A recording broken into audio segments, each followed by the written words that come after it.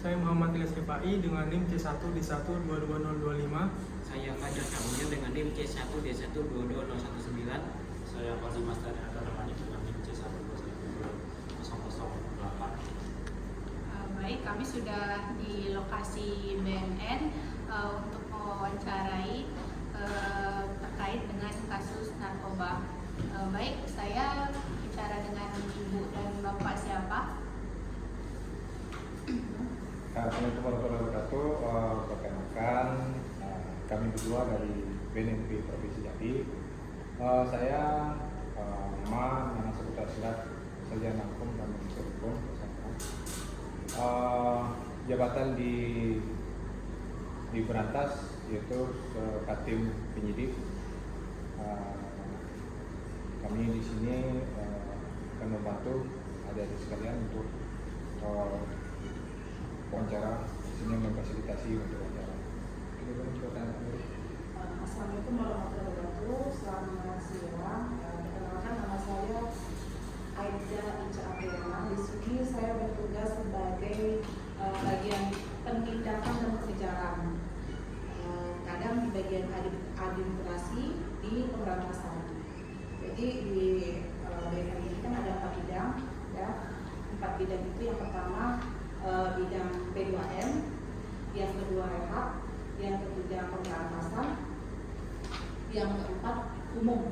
Nah, jadi yang bagian pemberantasan dan intelijen itulah bagian kami dari keamanan dan penyidikan.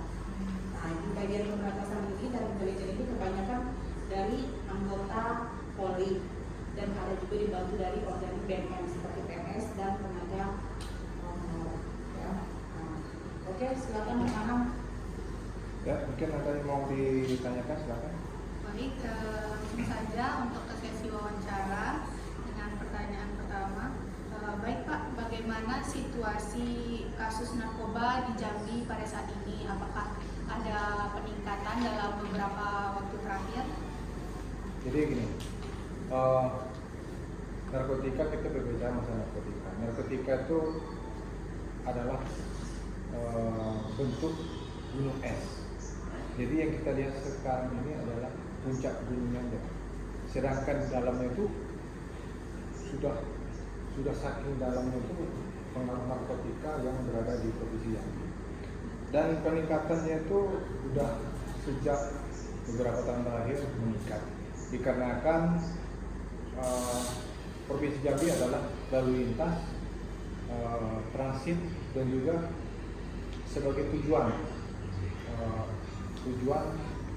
masuknya barang. Di Jambi ini boleh dikatakan semacam jalur yang penghubung dari Aceh, Medan, Pekanbaru menuju ke Pulau Jawa ataupun berakhir di sampai di Sumatera Selatan dan Jambi. Jadi kalau untuk peningkatan, memang ada peningkatan, tetapi ada di beberapa bulan terakhir ini ada semacam penurunan, tidak terlalu signifikan, mungkin secara hitungan makronya itu mungkin stagnan akan menurun, tetapi konsisten itu masih tetap ada barang-barang masuk transitnya lewat Jambi atau yang jalurnya lewat Jambi. Terus untuk saat ini jenis narkoba apa yang paling banyak beredar di Jambi Pak? Apakah ada pola tertentu dalam peredarannya? Kayak kalau misalkannya anak umur 20 sampai segitu apa gitu yang biasa mereka konsumsi? Kalau untuk narkotika yang paling banyak beredar di Jambi ini adalah narkotika jenis sabu, metapetamin, di mana harganya itu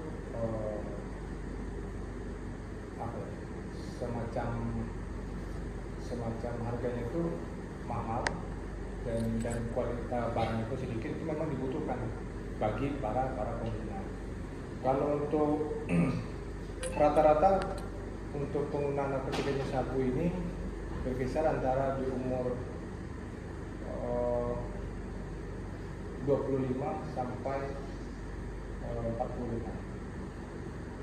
Kemudian ada narkotika jenis pil ekstasi itu ada, tetapi tidak begitu banyak seperti narkotika jenis 1. Dan di Jambi ini semuanya kebanyakan itu narkotika jenis 1. Kemudian ada juga narkotika jenis ganja, itu pemasok itu dari provinsi Aceh. Itu juga ada beberapa kasus yang kita temukan di Jambi ini, tidak terlalu banyak, paling sekitar 10 kasus ya di dalam 1 tahun, tapi tidak banyak. Yang banyak itu adalah ketika itu Sampai yang banyak. yang pilitasi itu di bawah saya.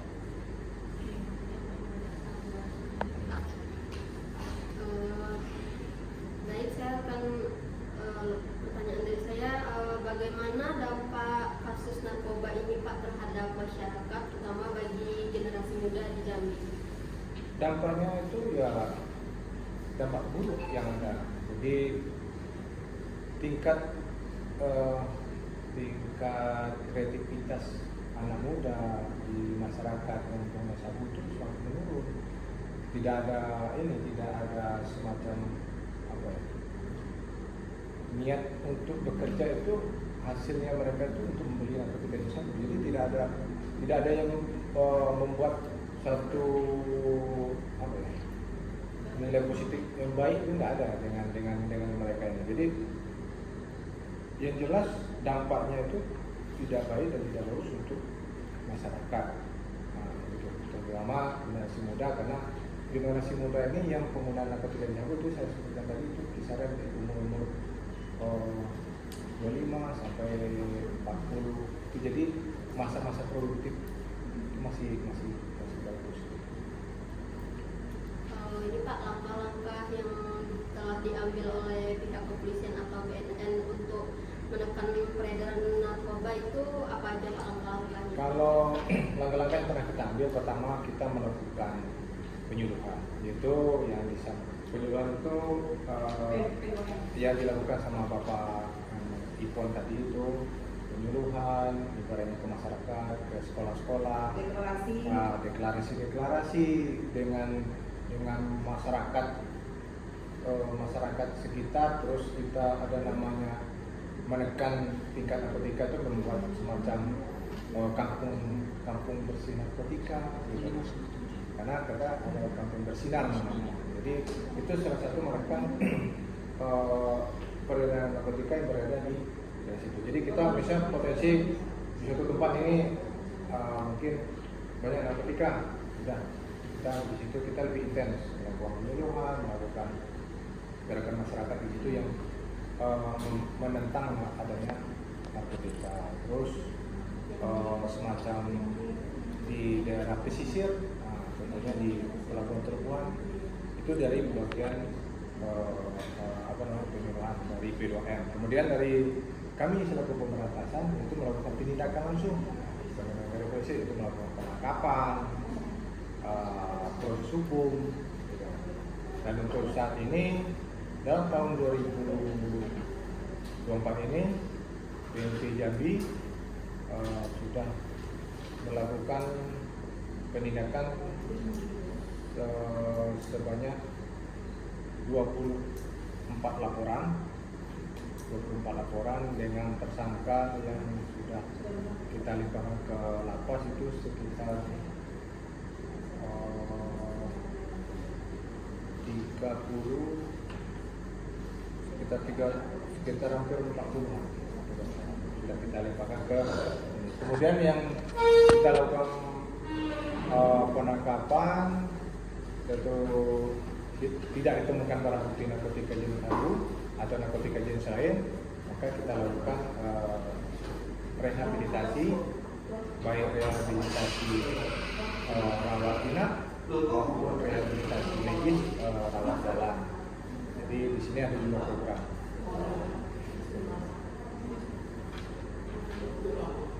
Baik Pak, kemudian menurut Bapak, faktor apa aja yang membuat narkoba ini mudah masuk dan beredar di Jambi? Kira-kira apakah karena faktor ekonomi, pendidikan, atau aksesibilitasnya Pak? Menurut saya faktor yang mempengaruhi masuk ke daerah Jambi ini pertama sekali itu jalur daerah Jambi ini termasuk daerah pelintasan.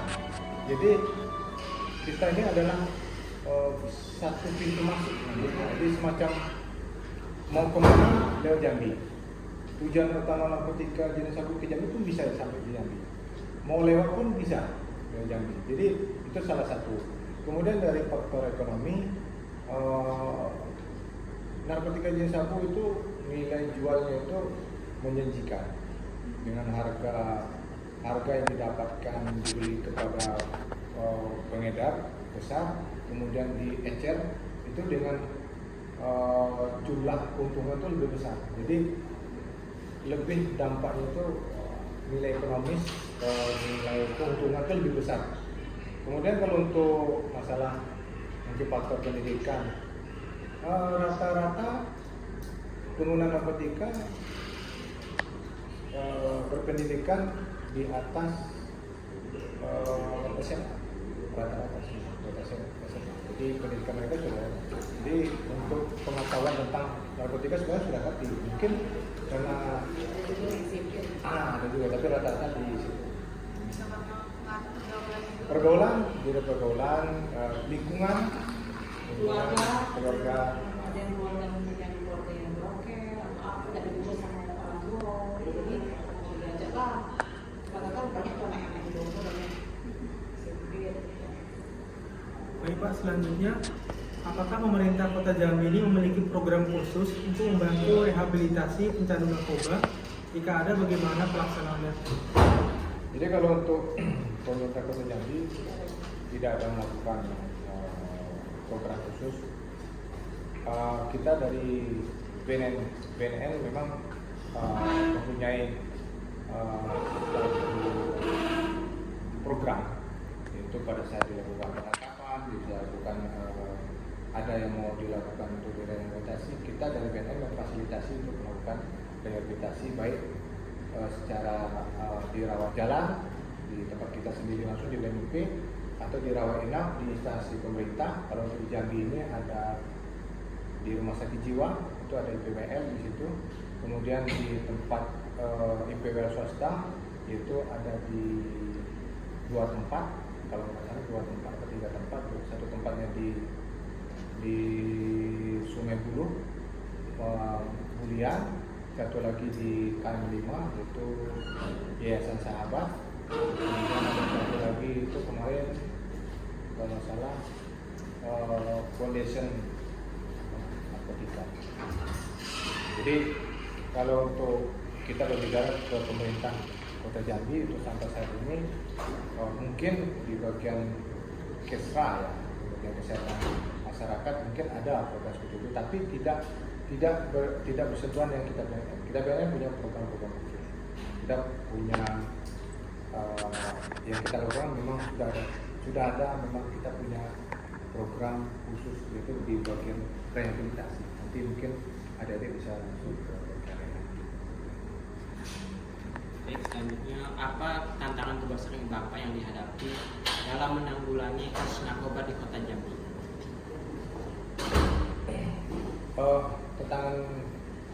Tantangan besar itu sebenarnya mungkin umum yang dirasakan semua dari instansi untuk pihak pemberantasan narkotika. Karena di narkotika ini kita tidak menutup kemungkinan kita terlibat oknum yang membuat begini, yang terus yang dari pihak keluarga juga yang pelaku tersebut juga kadang lebih membela pada pelaku. Jadi pada saat kita melakukan penangkapan, kadang dari pihak keluarga, pihak dari masyarakat. Karena kalau untuk pemakai narkotika mereka tuh masih ada yang semacam pembelaan.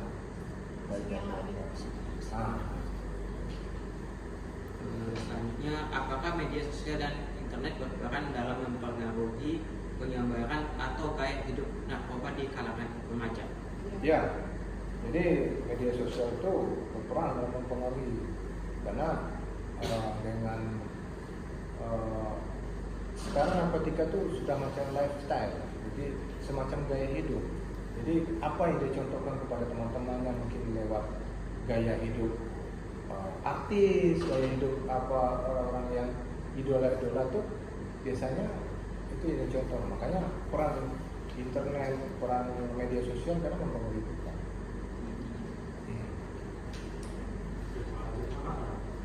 Sekarang itu apa aja sih sanksi hukum yang diterapkan bagi pengedar atau pengguna narkoba di Jambi? Apakah hukuman yang ada itu sudah cukup untuk memberikan efek jerah? Sanksi hukum yang diterapkan bagi pengedar itu sudah kita lakukan upaya hukum. Yang di tahun 2024 ini untuk BNP Jambi ada pengungkapan di tahun 2023, tapi endingnya itu di tahun 2024 proses hukumnya itu dengan barang bukti narkotika jenis sabu sebanyak 10 kilo dengan tersangka 3 orang. Itu untuk hukuman yang sudah dikenakan kemarin itu 2 orang hukuman mati, satu orang hukuman seumur hidup. Kemarin banding, kemarin sudah sampai kasasi, tapi kasasinya belum turun. Apakah masih bertahan di hukuman mati atau tidak? Karena penangkapan itu kami lakukan di wilayah hukum umum Kabupaten Bogor. Di kemarin vonis hakim yang di Jambi ini memvonis dua orang hukuman mati, satu orang hukuman seumur hidup. Dan semuanya hukuman-hukuman yang untuk narkotika itu tidak ada hukuman yang rendah. Semuanya hukumannya paling rendah itu sekitar 5 atau 6 tahun. Paling rendah. Nah, yang paling tinggi di sini ada sekitar 10 tahun, 9 tahun. Dan itu yang terakhir yang tertinggi itu hukuman mati sama hukuman seumur hidup. Dan hukuman itu sebenarnya tidak membuat jerah, tidak membuat ini, karena kalau menurut saya lebih kepada ini keberanian dan nekat dan sial. Saya nekat, saya jualan, saya sukses. Sial, saya ketangkap, terus itu. Jadi tidak ada namanya penjara. Contohnya sekarang, sudah waktu saya masih di Polda dulu, sudah berapa banyak saya kirim orang-orang ke penjara. Masih kan? Apalagi narkoba ini ada kecanduannya tuh Pak ya. Kalau untuk pengguna itu ada, makanya kita melakukan rehabilitasi medis, yaitu rawat inap. Rawat inap saya sampaikan juga kalau untuk di Sumatera itu kita punya balai loka rehab, itu ada sekitar 3 yang dari BNN, itu satunya di Medan, satunya di Batam, satunya di Lampung. Kalau untuk IPWN, instansi penerima wajib lapor, itu kalau kita Jambi cuma ada 1, yaitu di Rumah Sakit Jiwa. Kalau di tempat yang terbesar untuk pusat rehabilitasi itu ada di Lido di Bogor. Itu ini. Ya, ada lagi? Baik, yang terakhir nih Pak, mungkin bisa dari Bapak sama Ibu mungkin ya, apa sih pesan dan atau imbauan Bapak atau Ibu kepada masyarakat khususnya generasi muda tentang bahaya narkoba dan pentingnya menjauhi barang terlarang ini? Pesannya cuma satu, udah jauh di sini. Pentingnya menjauhi barang terlarang ini. Udah, itu. Jangan berdekatan atau mencoba berpikir kita untuk mendekati itu, nggak usah. Jangan, tidak ada untungnya. Jadi saya punya dua bentuk cerita. Di narkotika ini ada 2, kuat tahan badan atau tahan uang. Kalau tahan badan pasti uang tidak tahan. Kalau tahan uang, pasti badan tidak tahan. Maksudnya gini, kalau uangnya, dia punya uang misalnya bertriliunan, dia sanggup beli narkoba itu sebanyak-banyak, apakah badannya tahan? Atau dia tahan badannya, sekuat-kuatnya tahan badan, apakah uangnya akan tahan? Itu aja. Jadi tidak ada untungnya. Jadi kepada generasi muda, khususnya anak mahasiswa, khususnya kalian, karena khusus di Unja, saya juga sudah pernah beberapa kali mapping di daerah Unja, khususnya mahasiswa Unja. Kemudian ada beberapa saya mencium aroma-aroma di situ tuh ada mahasiswa Unja yang main kucing-kucingan untuk mengambil narkotika. Kemarin di bulan Februari, mungkin kalian pernah dengar ada penangkapan narkotika jenis sabu di depan Unja pada malam hari, itu di Jalan Pertamina, Jalan Tanah. Gimana kalian? Yang melakukannya. Ya, kita amankan sebanyak 11 orang. 8 orangnya biasanya saya kembalikan kepada keluarga masing-masing. 3 orang saya kirim ke penjara. Dengan ancaman hukuman sudah divonis semuanya dapat 8 tahun.